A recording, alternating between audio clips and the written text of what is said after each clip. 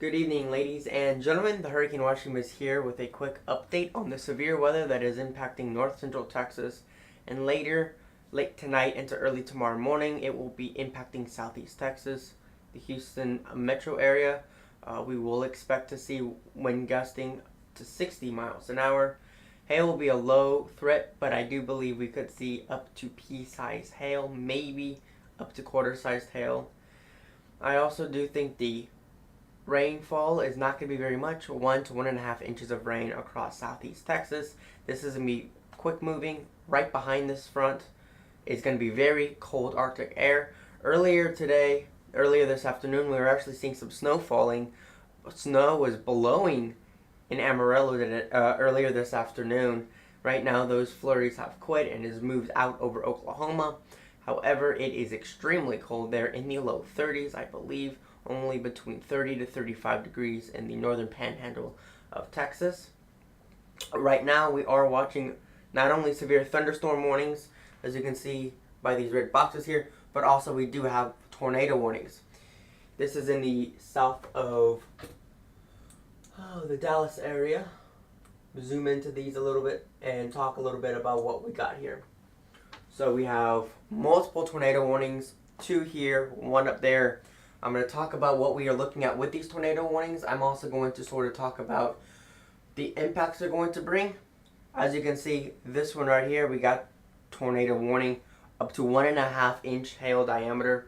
The one behind it also 1.5 inches of hail diameter. And this one farther to the north, right up here, only about the hail is only 1 inch in diameter. So I do want to take a look at, get out of this right quick. I do want to take a look at the velocity, and this will give me an idea of kind of how strong the winds are, and also not only just how strong the winds are, but also kind of helps me understand the structure of the severe thunderstorm. In this case, a tornadic supercell thunderstorm. A supercell thunderstorm capable of producing, in case there isn't a tornado on the ground. So you can easily see that there is rotation here, indicated by the close greens, reds, and pinks associated with this. That shows there is wind. I am going to take a look and see what we got here with wind. So as you can see, this isn't, extremely strong, but there is certainly some rotation going on here. Anywhere from 50 to 60 mile an hour winds are present with this tornadic cell right here. We also, again, do have hail upwards of 1.5 inches in diameter. So we do also have that. Something else I want to take a look at is this. It just kind of tells me how much similar is the atmosphere in relation to everything in the atmosphere. So is there a lot of the same stuff? Is there just a lot of rain? But so here you can see this could be a debris signature down here because the number is much lower, 70% right here.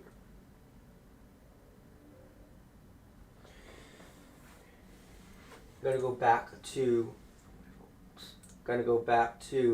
just the reflectivity, something that's easy and simple to understand. This is where we are watching it. This is the hail core right here that we are seeing. Again, I do want to show you all the hail here and how big the hail is, because that's going to be a big problem today, is how big the hail is.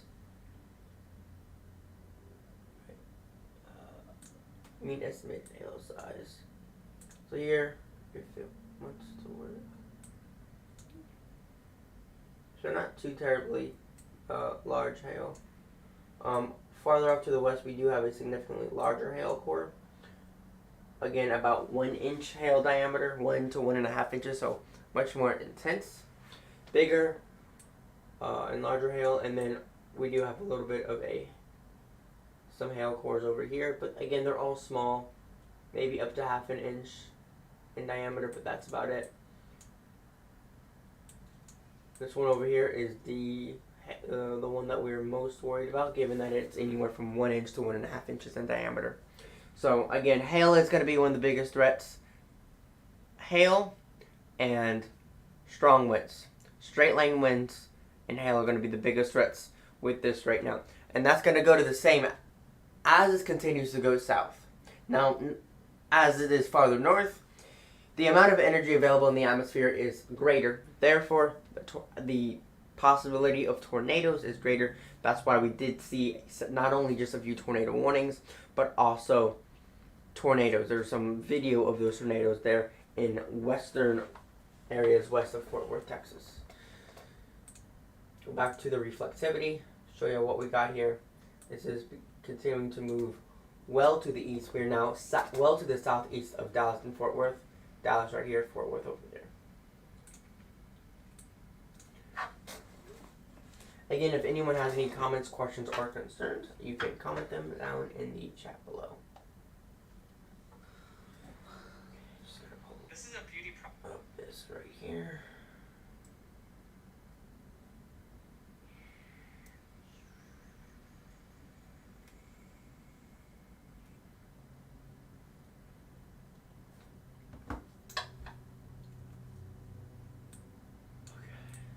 Just take a look. No tornado warnings or any warnings anywhere near the Houston area. That's where it's at right now. The other line of it is being all the way over here. Line moves through Corsicana and down through just to the west of Austin. But this is just a special weather statement. Hail core trying to develop there near Granite Shoals, which I can actually see right here. So there's that hail core right there. Again, this is also about 1 inch in diameter. What did I just do? There we go. Glitching out on me.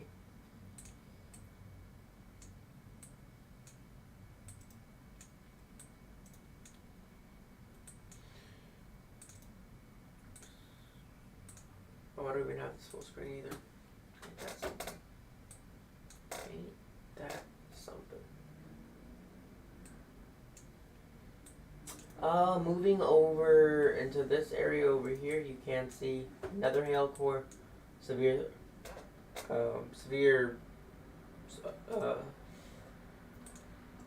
thunderstorm warning. I kept wanting to say severe storm warning, and I knew that wasn't right. With this, again, hail is also be a problem. It does have a hail core, upwards of 1 inch hail in diameter. It is moving.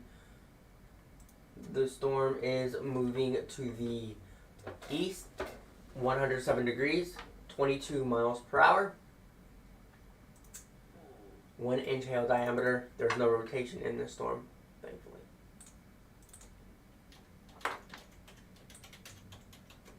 Does this want to work?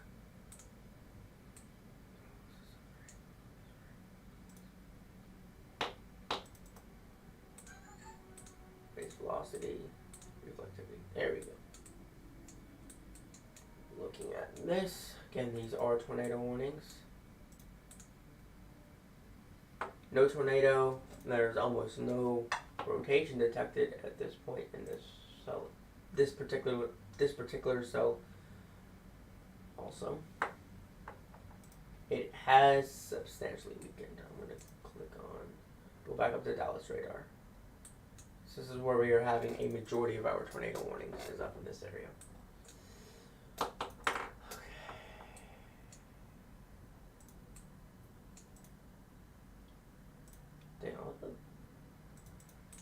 Do this one.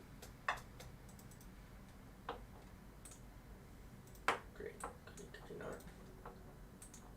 Let me just start the program because it's not working the best.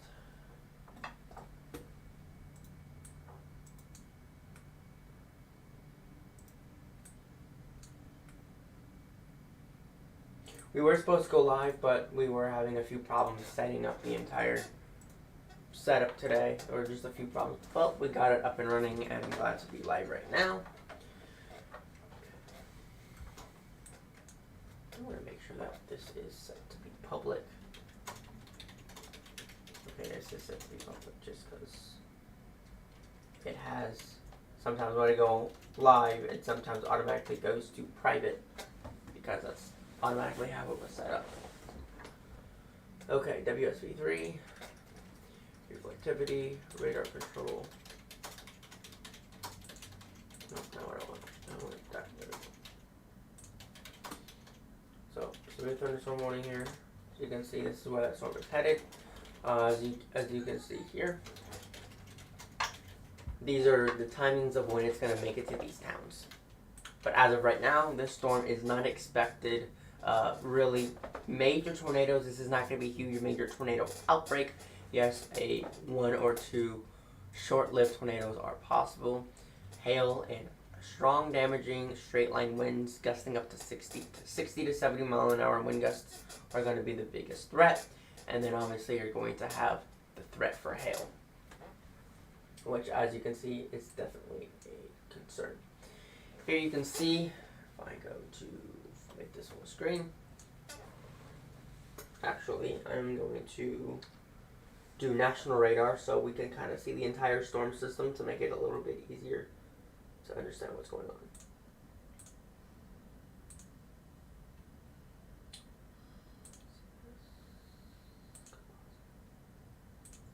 Let's do this.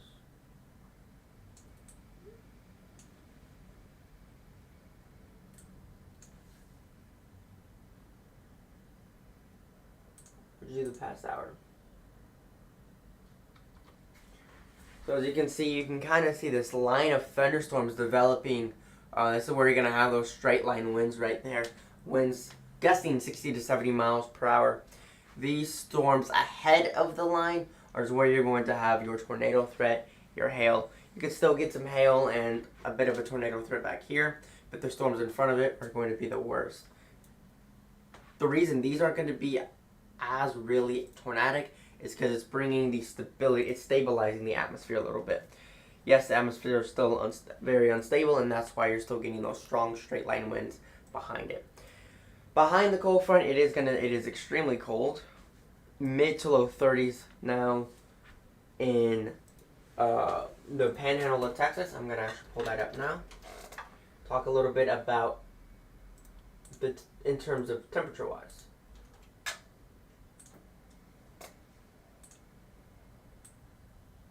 Temperature wise, let's see. Surface. And then we'll go here.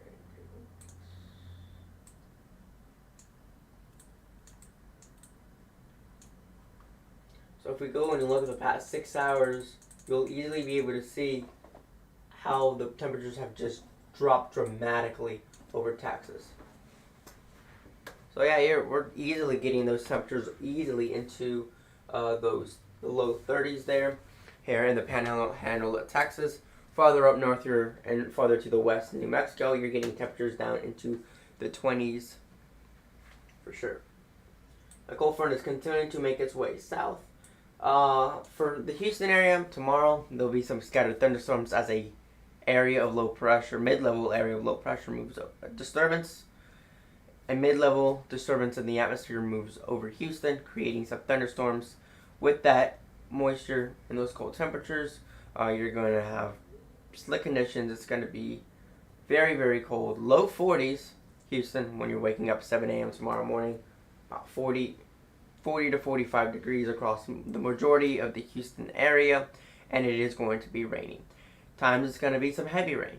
There will not be any sleet. There will not be any ice. There will not be any snow. It is not cold enough for this. It will be in the 40s, the low 40s, not the low 30s. So, you wake up tomorrow, it will be cold and rainy. I do want to go over some models and sort of talk about when the cold is going to be out of here. It's going to be in a few days though.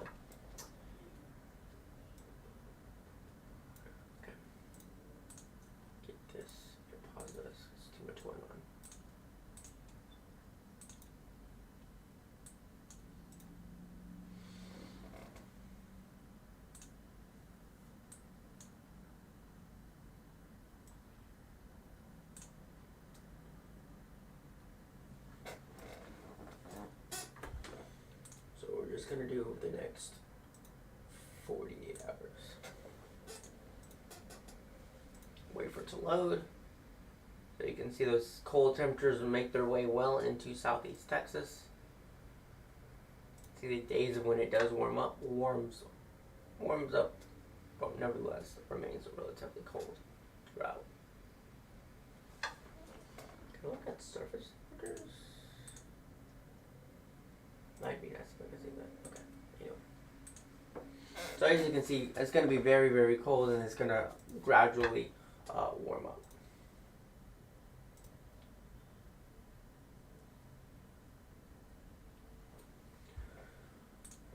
I want to take a look at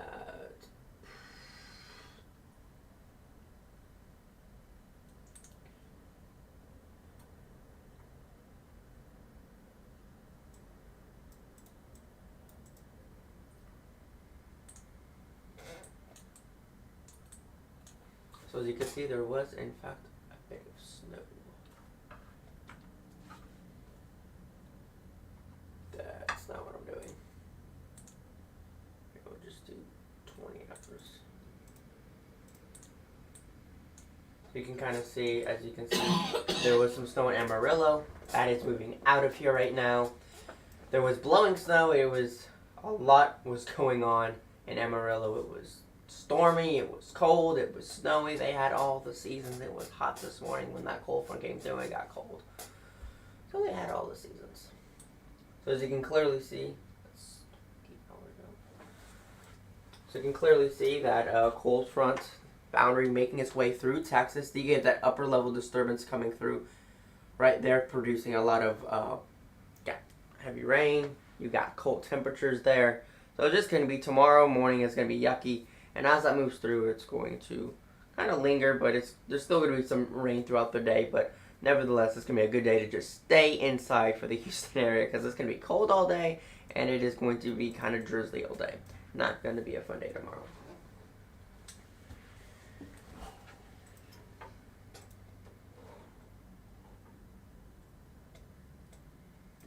Anybody have any comments, questions, or concerns? That is pretty much going to be it for me today. Just want to do a quick weather update now that I got my whole studio finally set up. It's perfect. I like it. Everything looks good. So, I'm finally glad to be back talking about the weather, having a setup that actually works the way I want it to. And OBS works good. WSV3 works good. Finally able to bring everything I want and bring it together, and I'm glad about that. That's me of today, guys. Thank you so much for watching. I will hopefully have another update for y'all later next week. Thank you for watching. Peace out.